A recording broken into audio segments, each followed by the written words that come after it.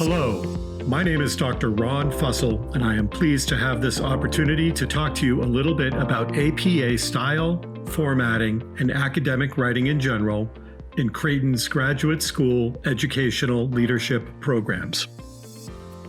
When we think about academic writing, what we are really talking about is effective communication. Take a minute to think about what is involved with effective communication. If you're like me, several factors might come to mind. For example, when I think about written communication, I appreciate communication that is organized, knowing that the author was thoughtful and intentional about laying the groundwork for an effective argument. Good writing is also consistent, meaning that I don't have to relearn how an author prefers to make his or her point. And I definitely appreciate communication that is concise, where the author avoids unnecessary narrative and gets straight to the point. And finally, good communication is clear and transparent as to how the work of others inspired it. Following a specific set of norms for formatting and scholarship helps us to achieve all of this. In the educational leadership programs at Creighton, we follow APA norms. So, what is APA? APA is one of several different sets of formatting and style norms for academics and scholars. As you can see from the slide, different academic disciplines use different style and formatting norms. In the field of education, APA is used most frequently in academic writing, scholarship, and research. APA provides a set of guidelines for clear and precise scholarly communication that helps authors and students achieve excellence in writing. When you use APA style in your writing, it allows the reader to focus on the main ideas of your work without being distracted by formatting and style inconsistencies. It also allows the reader to scan your work for key points, findings, and sources. When I think about APA in academic writing, I group things into four categories: formatting, style, organization, and citation and referencing concerns. In this overview, I will provide you with some basic information about each so that you can be an effective student and scholar in our programs. Let's start with formatting.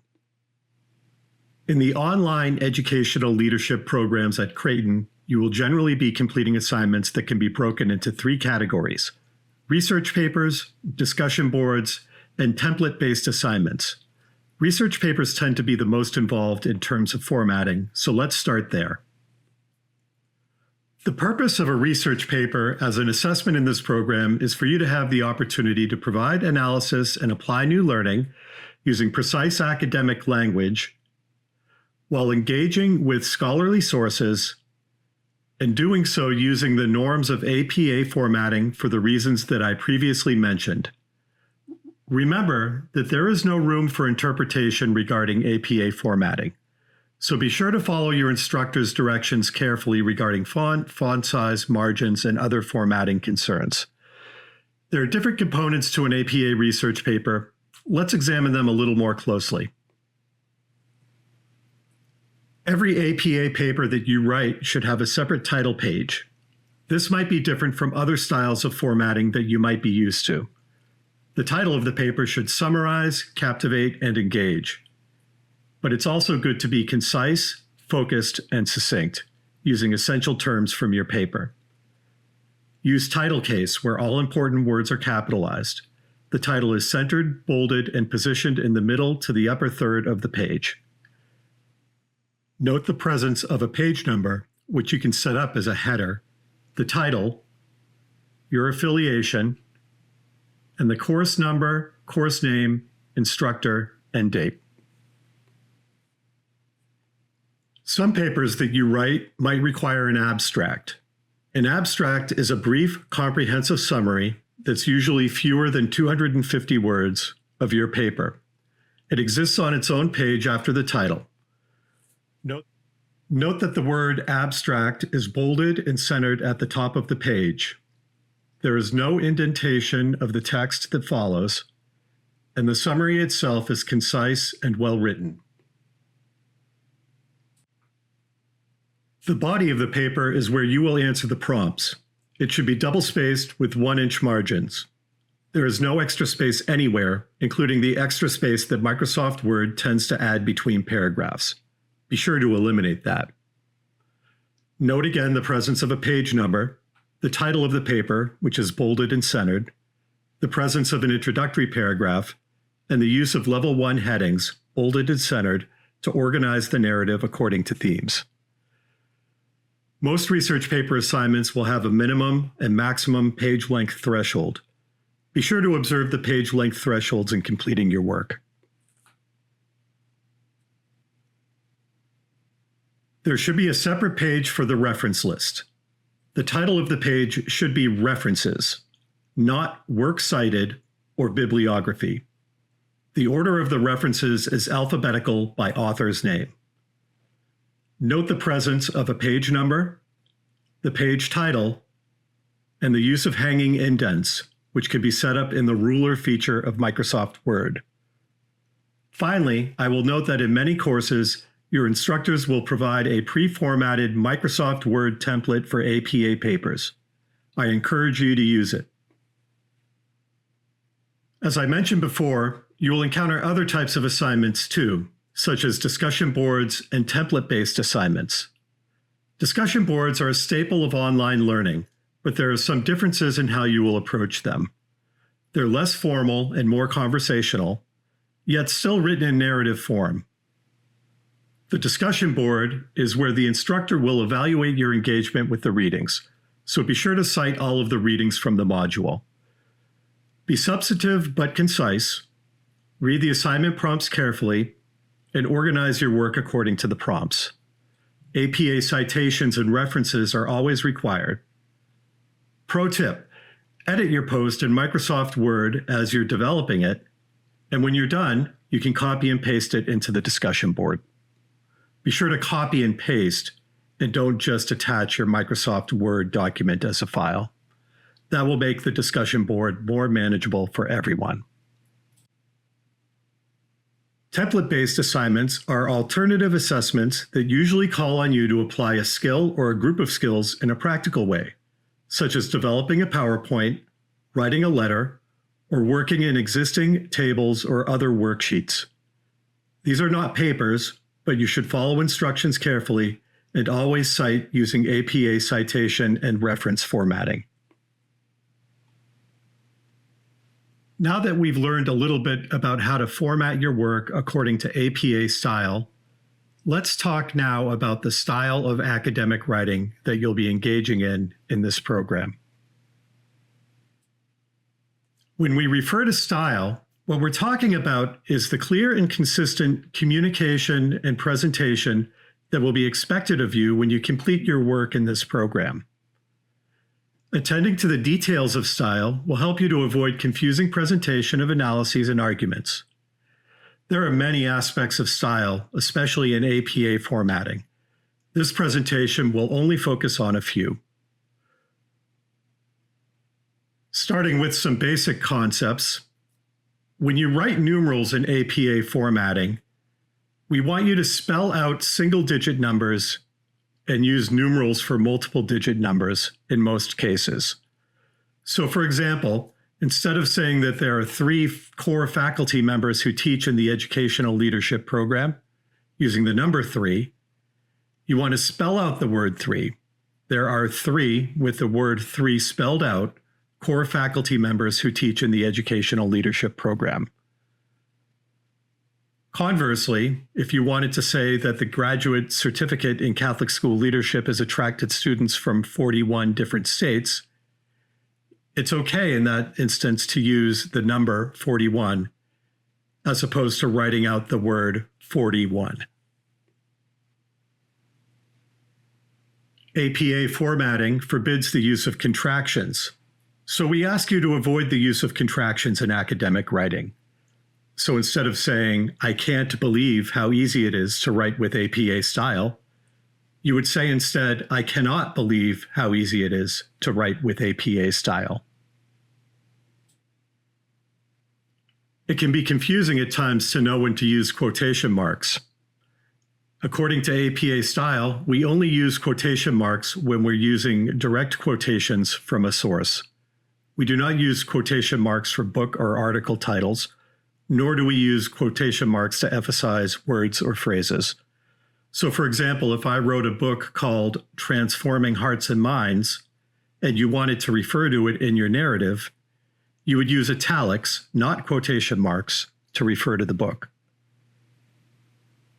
Finally, if you wanted to use the term formation of the heart in your narrative, but it was not a quote from the book, then you use italics to emphasize the term and not quotation marks. Colloquialisms are informal, casual language, and we want to avoid that in academic writing. So if you were commenting in an assignment on a lesson that you observed, you want to avoid language like the teacher knocked it out of the park, or the teacher hit the nail on the head, or the teacher's lesson was out of sight. Instead, use precise academic language. The teacher was effective in teaching the lesson. How was the teacher effective? The use of the word effective is a comparison between what the teacher did and the concepts that you're learning in a course. Getting into some more abstract concepts, I want to talk for a minute about economy of prose. When we talk about economy of prose, we're talking about using the fewest number of words possible to make your point. You don't get extra points in this program simply because your narrative is longer. So, if you're writing a paper, you want to avoid language like, as I stated before, another way that schools also provide an exemplary and outstanding curriculum is through conversation and collaboration and curriculum planning that involves more than one person. You can essentially say the exact same thing with the other example that I provided. Another way that schools provide an exemplary curriculum is through collaboration in curriculum planning. Finally, I want to talk to you a little bit about precision of academic language. I want you to avoid the use of words that don't add any value to your analysis. For example, words like good, great, and bad usually don't help. So for example, if you were writing a paper where you were commenting on the climate and the culture of your school, you want to avoid saying something like, the climate and the culture of my school is great. The use of the word great doesn't really add anything. It's just a subjective word that you're using based on whatever criteria you might have in your head about what good or great is. You can say instead, the climate and culture of my school is exemplary. And again, the use of the word exemplary means that it's an example of whatever point or best practice you're trying to establish in your narrative. Another example, the school's handbook did a good job in outlining disciplinary policies. You could say instead, the school's handbook was effective in outlining disciplinary policies. The use of the word effective achieves the same goal as the use of the word exemplary in the previous example.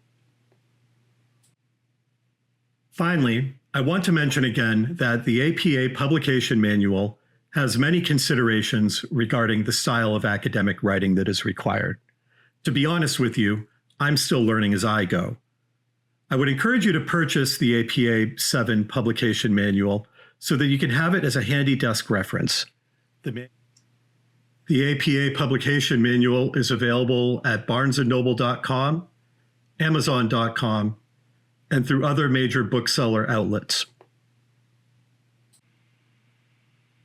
Now that we've learned a little bit more about the style of writing that you'll be doing in this program, let's talk now about how you will be organizing your work. Generally speaking, the style of academic writing that you'll be doing in this program will be different than other types of writing that you might do in other parts of your life. Academic writing requires a level of preparation, and I want to share with you some important concepts that will help you to be good academic writers in this program. First off, generally speaking, you will be learning content that will be organized according to modules, and every module will have reading assignments and assessments. Read the assessment prompts first, and then do the reading assignments. This is so that when you do the reading assignments, you'll know what to look for in the reading. When you start the reading assignments, I recommend that you take notes, highlight, and organize things so that when you begin writing, you'll know how to refer to the reading assignments. Next, you need to read the assignment instructions carefully so that you're sure to answer all of the prompts. Sometimes assignment prompts might have multiple questions. If they do, then it's important to address all the questions. When I grade your assignment, I have two screens in front of me. One screen will have the assignment prompt with any questions that are associated with it, and the other screen will have your work. And I'm constantly referring to the assignment prompt to make sure that you're answering all of the questions. When you're sure that you understand the prompt and the assignment instructions, start with an outline. The outline will make clear to the instructor how it is that you're organizing your work and answering the questions of the prompt. In a moment, I'll share with you an example of what I mean. Then, when you're done your outline, plan paragraphs for each section of the outline. Identify your main ideas, and then source quotes and examples to support your argument in each paragraph. Here is an example of what I'm talking about, where I will walk you through the process, beginning to end, of how you might answer a discussion board prompt. You can see in this prompt that there are two parts. Part 1 requires me as the student to identify Catholic school challenges and solutions based on what I read. Part 2 asks me to analyze leadership in my setting, identifying and discussing innovation and entrepreneurial leadership in others and in myself. And in this section, I need to provide specific examples. Finally, I'm noting at the end of the instructions that I need to address the concept of modus at some point in the discussion board post. So, as I convert this to an outline, I know that I will start with an introductory paragraph, that I will identify Catholic school challenges with specific examples from the texts, along with solutions, and then I will identify innovation and entrepreneurial leadership in others and in me. And again, I reminded myself to discuss the concept of modus at some point in the discussion board. Now that I have an effective outline, I can begin to populate it with ideas and concepts that I'm learning about in the reading assignments. For the introductory paragraph, I'll affirm challenges, innovation and entrepreneurial leadership that worked in previous generations, and that it will work now. In part 2, I will discuss declining enrollment, which is something that I read about in the reading, its causes, and I will provide examples of innovative solutions focusing on the topic of governance and new and creative ways of thinking about how Catholic schools can be governed. In part 3, I'll discuss difficulties that I've seen with leaders that I've encountered in the past, comparing those traits with what I've learned about in the reading assignments.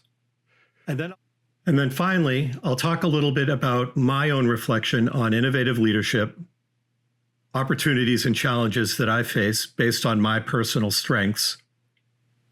And finally, I'll talk a little bit about modus, that in considering innovations as a leader, it's important to think about how the innovations will have the greatest impact for the greatest good, building up the community. In other words, we don't innovate just for the sake of innovation.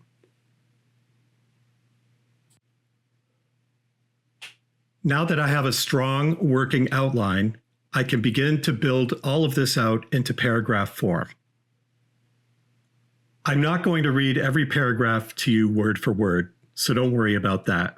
But if you are interested in seeing the completed discussion board post that I came up with for this prompt, I'll post it and you can read it at your leisure. For the introductory paragraph, I just commented on how the women in med religious who staffed and led Catholic schools in previous generations were brave and courageous and innovators themselves, and we can follow their example as we work through the challenges of the present day. To start my discussion of the answer to the first question, I identified enrollment as a pervasive concern that was noted in several of the reading assignments. I also identified contributing factors such as the emergence of charter schools, declines in religious vocation, and the shift in student demographics that Catholic schools have struggled to respond to. In the next paragraph, I address the concept of hope, that there have been innovations that have rescued Catholic schools in places where they would have otherwise closed. Specifically, I provided discussion about how rethinking how Catholic schools are governed can free up resources, attract donor interest and support, and more closely align Catholic schools with the idea that education is a communal endeavor and not the responsibility of parishes alone. Going on to the next section, I identified specific examples of failed leadership that I've seen in my travels, and I compared those leadership behaviors with what we've read in the text about what we expect to see from innovative leaders. And finally, I closed with a personal reflection that brought in themes from my StrengthsFinder results, as well as the concept of Magis, as I discussed earlier.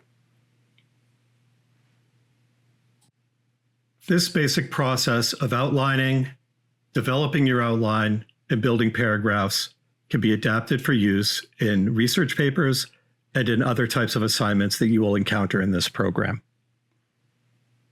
Now that we're equipped with some foundational understanding of how to organize our written work, let's turn our attention to the final topic, citations and references. It's essential in academic writing that we acknowledge the contribution of others whose work has influenced the work that we're submitting in our writing.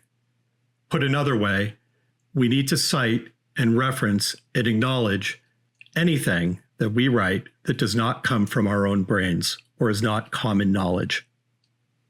We do that through a structured process of citations and listing our references in a reference list. In your narrative, you'll cite the work of others whose ideas have influenced your work. You can quote or you can paraphrase, and you will cite sources that support your main ideas, and you can cite sources that dispute your main ideas, which indicates to the reader that you gave those alternative viewpoints consideration in coming up with your own position. As you cite your sources, you'll need to maintain an accurate reference list. The reference list provides information necessary to identify and retrieve works that are cited in your text, and that provides a roadmap of how those sources influenced your thought process. It is critical that your citations and reference list line up. In other words, you should not cite anything that is not listed in your reference list, and similarly, you should not refer to anything in your reference list that is not cited. Here's an example. In the center of the screen, we see a quote from the book Charism and Culture by Dr. Cook, which was published in 2015. The quote says, "There are many challenges related to faculty and staff formation. These include diversity of personnel, limited time, energy, and resources, and formation that is often haphazard, minimal, and one-dimensional." Let's say that you want to bring this concept into something that you're writing. Well, one way to do it is by quoting. Here are some examples of how to do that. You could say that Cook, and then 2015 in parentheses is the year, said that there are many challenges related to faculty and staff formation, and the quote goes on, word for word as it appears in the text. And then at the end, you put the page number in parentheses. Similarly, you could use a signal phrase, something like, according to Cook, 2015, there are many challenges related to faculty and staff formation. Again, include the page number. Finally, if you want to just start with the quote, you can open a quotation mark, put the quote in that there are many challenges related to faculty and staff formation, close the quote, and then in parentheses just put Cook, 2015, and P49 for page 49. Now, if you want to paraphrase, what you would be doing is putting the quote into your own words. Here are some examples of that. You could say, according to Cook, 2015, and then begin the paraphrase in your own words. Faculty and staff formation is difficult because of a myriad of organizational challenges within the school. Or you could say something like, the confluence of organizational challenges within a school community can make faculty and faith formation a difficult task for a Catholic school leader. And then at the end, in parentheses, put Cook 2015. So you're probably asking yourself, should I quote or should I paraphrase? Here are some basic rules of thumb. For quote, to cite specific definitions for words or terms in your narrative. And quote, to cite a source for which changing the words would significantly alter the meaning of what was written. On the other hand, you can paraphrase to more intentionally connect your source content with your narrative. In other words, putting things into your own words can make it more relevant to what you're writing about. You can paraphrase to demonstrate patterns of thought shared in multiple sources, and it's almost always better and more scholarly to paraphrase than to quote. Let me explain why.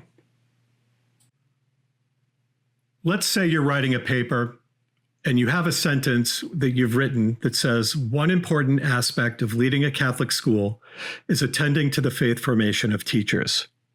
And you want to insert a citation after that to support the argument. Well, there are three sources that you identified that would seem to support that statement that you made. Source one might be from Dr. Cook's book, where he stated schools are expected to enculturate and form staff to promote the school's evangelizing charism. Source two is a Vatican document that says Catholic educators need a formation of the heart. And source three is from a book that I and Dr. Engel wrote for NCEA that states the name of the school, its motto, mission statement, and the crucifixes hanging in the classrooms are all just decoration, if not for a well-formed Catholic school community. Well, if you directly quoted only one of them, you wouldn't be able to demonstrate that there is a pattern of thought there that's worth exploring in more detail. So by paraphrasing, you can incorporate the general theme of all three quotes in your own words, and then when you cite, by citing all three sources, you're identifying a pattern of thinking in the field as opposed to the informed opinion of just one person. Here are some other citation tips that will help you as you produce your written work for this program. First, you only need to use the author's last names when you cite and when you write. You don't need to use first names or full names or the full titles of their works. For example, if you wanted to cite a book that I wrote, you wouldn't say, Ronald D. Fussell Jr., EDD, 2024, Director of Catholic School Leadership at Creighton University in Omaha, Nebraska, stated in his book, Faith Formation in the Catholic School Community, that lay educator faith formation is important. You could say the exact same thing just by stating faith formation is important and then just putting Fussell 2024 in parentheses. That's all you need because the full reference is going to be listed in the reference list. And since we're using a standard way of formatting our citations, it's easy to go to the reference list and check to see if we want to see all of the information for that source. The other common mistake that I see when I'm evaluating student work is they often don't know where to put the date. Good rule of thumb is that the date always goes after the author's name. It doesn't matter whether you're quoting directly or paraphrasing or how you're doing any of that. You want to put the date after the author's name because that's what the reader will look for in the reference list if they want to check. So you don't want to say, according to Fussell, faith formation is important, and then 2024. You want to say, according to Fussell, 2024, faith formation is important. Finally, let's talk a little bit about how to structure your references in the reference list.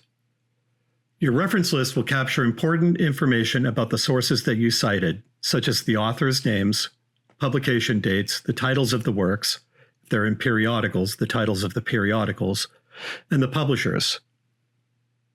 The APA manual has over 100 different examples of different types of references and how to format them. Obviously, I won't cover all of those here, but let's take a look at some of the basic types of references that you'll need to list in the reference list and how to do so properly according to APA formatting. Arguably, one of the most basic forms of references that you will encounter is a book. Listing a book in the reference list is pretty easy.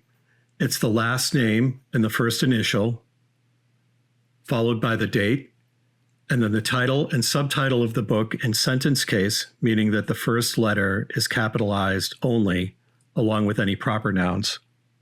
And then the publisher in regular type, not italics. So there's some examples there. Cook T, 2015, Charism and Culture, Cultivating Catholic Identity in Catholic Schools, National Catholic Educational Association.